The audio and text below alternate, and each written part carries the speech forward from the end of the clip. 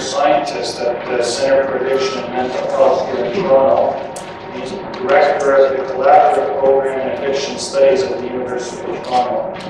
And his area of research, he's really a world's expert in epidemiology of alcohol-related problems. For example, drunk driving. He did a lot of the original research around drunk driving, liver disease, suicide, and homicide, as well as environmental and social factors that influence these types of things. So he has special expertise in evaluation of programs and policies to prevent alcohol and drug problems. He's the principal investigator, which you're going to hear a lot about, the Ontario Student Drug and Use and Health Survey. So we're really fortunate that Bob's part of the team and that he's come here this morning to tell us a little bit more. Thanks, Bob.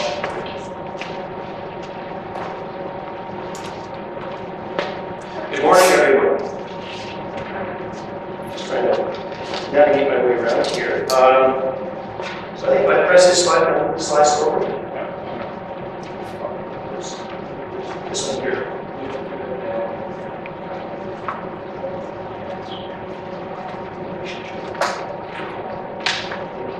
Oh, yes.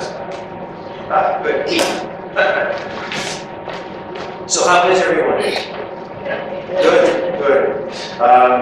I'm delighted to be here with you today. I'd like to thank the conference organizers for inviting me to be here to talk to you on what I think is a very, very important topic. My topic is alcohol, drugs, and traumatic brain injury among Ontario adolescents, and let me acknowledge my colleagues and co-authors on this, Dr. Gabrielle and who's a man from St. Michael's Hospital. You just heard from Michael, and you'll hear from Gabrielle next. My colleagues from CAMH, Angela Medley, Edward Adlaff, Amy Hamilton, and Irving Green, and also Mark Ashford, collaborating with us in this work from Dalhousie University. Can you hear me at the back? Okay, great, thank you. So what I'll be telling you about is some data that's really hot off the press. And we're very excited about it. It tells us some very new things, but it also raises a large number of questions for us too. So the structure of my presentation today, I'll be describing the Ontario Student Drug Use and Health Survey for you. I spent a lot of my time dealing with the survey and immersed in its details, so I can't talk about it without talking to you about some of the details about it. A little bit about measuring traumatic brain injury, or TBI, in the Austin survey, and then some preliminary findings on the association of traumatic brain injury with alcohol and drug use and problems in the Ontario adolescent population. So the OSTIS has been around for a while. It began by my colleagues and predecessors at CAMH with some surveys conducted among Toronto students focused on substance use, substance problems, and the rest of the province became interested in these issues. So in 1977, OSTIS went province-wide. Since 1977, it's been repeated every 2 years across the province, making it one of the longest ongoing school surveys in Canada. Sorry, it is the longest ongoing school survey in Canada and one of the longest in the world. Now, this will probably put you to sleep. But let me just point out a couple of, I think, the essential things in this information about the survey and its design. First of all, we surveyed 9,288 students in grades 7 to 12 in the 2011 survey, which is what I'm talking about. Some of you may have even participated in the survey, and for that, we thank you. The sample is representative of over 1 million Ontario students in grades 7 to 12. And I should acknowledge the outstanding fieldwork conducted by the Institute for Social Research at York University. Let me just give you a quick overview of substance use in the preceding year, the 2011 data. That's the only cartoon I'm going to show you. This is the Tobacco Industry Research Center. And the researchers are saying you've got excellent health statistics. Smokers are less likely to die of age-related illnesses. I thought it was funny. So here's a snapshot picture of substance use in students in grades 7 to 12 in Ontario in 2011. As you can see, and it's not a big surprise, the substance that's most commonly used and reported by most students is alcohol. About 55% of Ontario students reported using alcohol at least once in the preceding year. Something to keep in mind too, this is grade 7 to 12, typically substance use will increase as you get into the older grades. So by the time we get to grade 12, those numbers will be much higher. Binge drinking is reported by 22% of students in grade 7 to 12. Binge drinking occasionally defined as having 5 or more drinks at least once in the preceding months. Cannabis is reported by 22% of students. And opioid, non-medical use of opioid pain relievers is reported by 14% of students. And these are, of course, very powerful addictive drugs. And tobacco use is reported by about 9% of students. Other drugs like stimulants, salvia, ecstasy, cocaine, crystal meth are reported typically by less than 5% of the student population. So what do we know? We know that some use, some experimentation with substances is relatively common. That shouldn't come as a surprise. We've been seeing that for a long time now. On the other hand, heavy use or problem use is uncommon among students. And that's what we're most concerned about, is heavy use or problem use, because we know that heavy substance users in high school are more likely to have other kinds of problems, are more likely to not make a successful transition to adulthood, and it also predicts substantial problems in life later on too. So here's our first look at traumatic brain injury in Ontario adolescents, and what are the correlates, the substance use correlates with traumatic brain injury.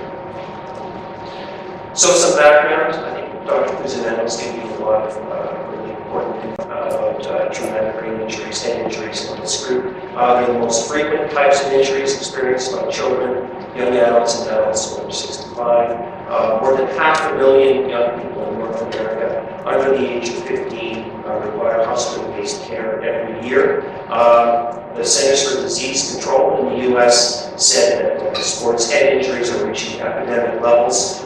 It's also the case that, as Dr. Kuziman has pointed out, and somebody asked the question, most of our data, a lot of our data are based on hospital statistics, and it's believed that, in fact, most cases of head injuries don't turn up in hospitals. And so, for that reason, that's why we introduced questions on head injury in the Ontario Student Drug Use and Health Survey, to really get the first information on the prevalence of head injuries, hospitalized and non-hospitalized, in the adolescent population.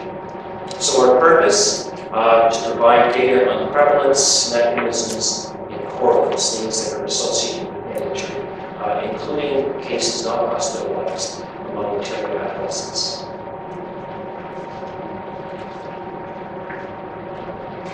So this was our question.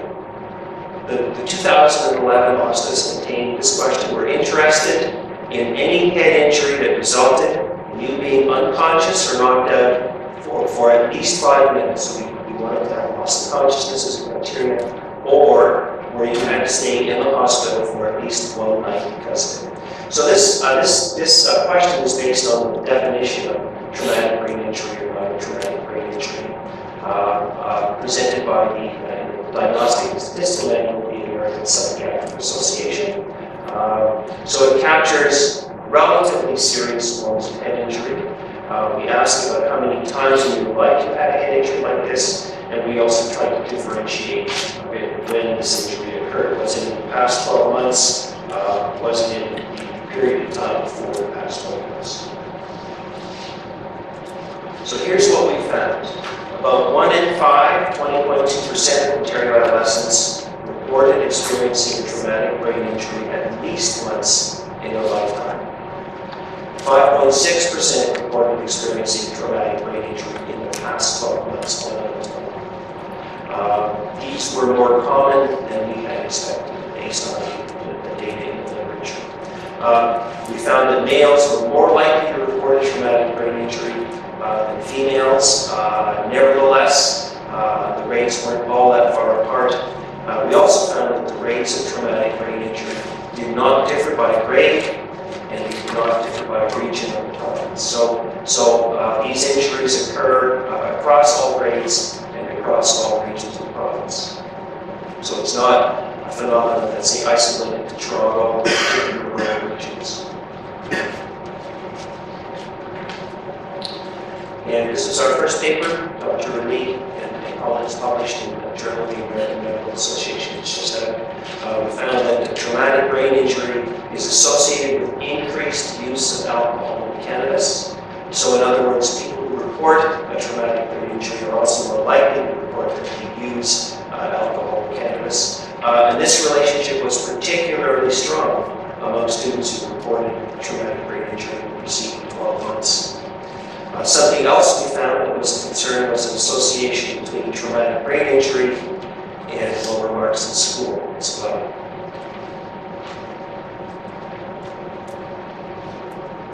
So we've now taken a closer look at traumatic brain injury and substance use. We've undertaken a more detailed look at the associations between traumatic brain injury and substance use and related problems in students in grades 9 to 12 in this data.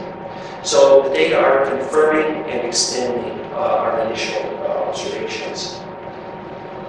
So when we do this, we see that students who experienced one or more traumatic brain injuries in their lifetime were between 2 to 4 times more likely to drink alcohol and binge drink, to use tobacco, to use cannabis, to use LSD and other hallucinogens, and also to use cocaine, ecstasy, methamphetamine, and crystal meth. So there's an association between reporting a traumatic brain injury and using these substances on the Ontario adolescent population. We also have in the auspice some standardized screening instruments for substance problems, the kind of instruments that we might use, say, in a primary healthcare setting to identify people who may have substance-related problems for further assessments. We found that students who experienced traumatic brain injuries in their lifetime were 2 to 3 times more likely to be identified with a potential alcohol problem by a screening instrument called the Audit for Alcohol Problems developed by the World Health Organization, to be identified with a potential cannabis problem by an instrument called the SDS, and to be identified with a potential drug problem by a screening instrument called the CRAFT. So clearly strong relationships between experiencing a traumatic brain injury and falling into these potential problem levels based on standardized screening instruments. So some concluding comments. Traumatic brain injury seems to be relatively common in terms of the population. 20% of students reported having at least one traumatic brain injury in their lifetime, and that translates to somewhat over 200,000 students across the province. 5.6% reported a traumatic brain injury in the preceding 12 months. That's about 56,000 students across the province. We know that traumatic brain injury is strongly associated with substance use, with heavy substance use, and experiencing problems from substance use among Ontario students. What we don't know yet, and what we want to disentangle in future studies, is the causal pathways involved.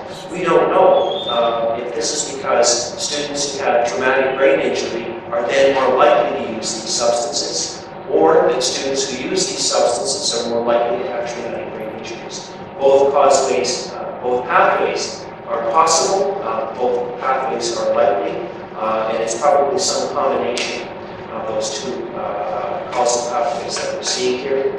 However, in general, the associations of traumatic brain injury with heavier substance use and poor academic performance suggest a particularly toxic combination at this very important time of life. Thank you.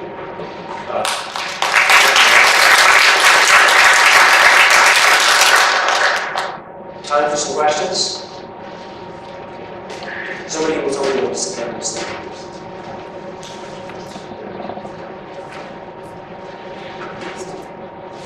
I apologize for being embarrassed. I wonder if there may be a base cause leading to both of these pathways.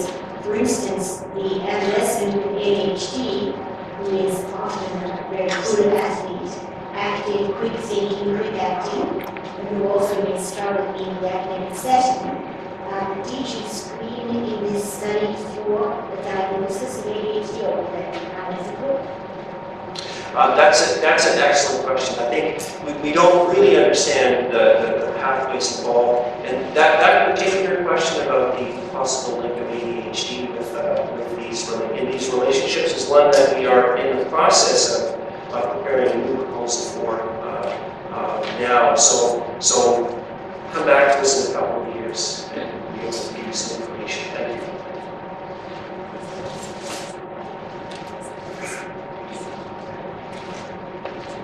Well, yeah, thank you. I'm glad you said what you said at the very end about the cause and effect. So, and that would be probably the most interesting part of what you said for my interest. I'm a family doctor in Hamilton, and I do a lot of sports medicine. Dr. Kuzi now is my name. But one thing in your study there, I think you're underestimating your numbers. You know, the concussions that I see, very, very few today, I see loss of consciousness or admission to hospital. So I think you might want to look at, in your, asking of the students, have you lost consciousness for more than 5 minutes? Most concussions today, you get your bell rung. There's minimal symptoms. I think you should capture those because they're truly underestimated. I was at my daughter's OSL soccer game the other night, and the girl got a simple ball to the face. I asked me, she was out of the game, they took her off, they asked me about to come over. She's actually my patient. And I asked the dad, so, has she had headaches before? Well, she's been having headaches since she broke her nose back in June. I'm her doctor, I hadn't even heard of her broken nose. Through the team, yeah, there's some stuff there, but she never brought it to me as a physician. She's been having her headaches ongoing. This girl's obviously concussed last night. The father, do I really need to bring her to the hospital? So we've talked a lot about these things already this morning about education and underestimating. So it's clear this girl didn't lose consciousness. And the father's asking me, do I need to bring her to the hospital? And the reality is as a physician on the sidelines, does she really need to go to the hospital? So this girl, for example, if I didn't say to the mom, or actually when the mom came over, I'm taking her to the hospital. When you see your daughter like that, yeah, you might want to, but it's the under-recognizing, the parents, people not recognizing injury. You discuss your TBI, traumatic brain injury. I'm assuming that you're correlating that with the word concussion. So, people need to understand if they hit their head and they feel any neurological symptom, they're concussed, period. I don't know if you have any comments about what I just said. Thanks. Yeah, thank you. No, that's an excellent point. We've talked about the estimates we have being underestimates. And in fact, ours is as well, because we don't capture those kinds of incidents that you're pointing out, which are very, very important. It's a challenge for us when you're conducting surveys with the general population, populations like students, to find a question that can be answered reliably by everyone. And so we had to make a decision. We based our definition more on the American Psychiatric Association guidelines, if you will. But you're exactly right that these numbers are also underestimates too.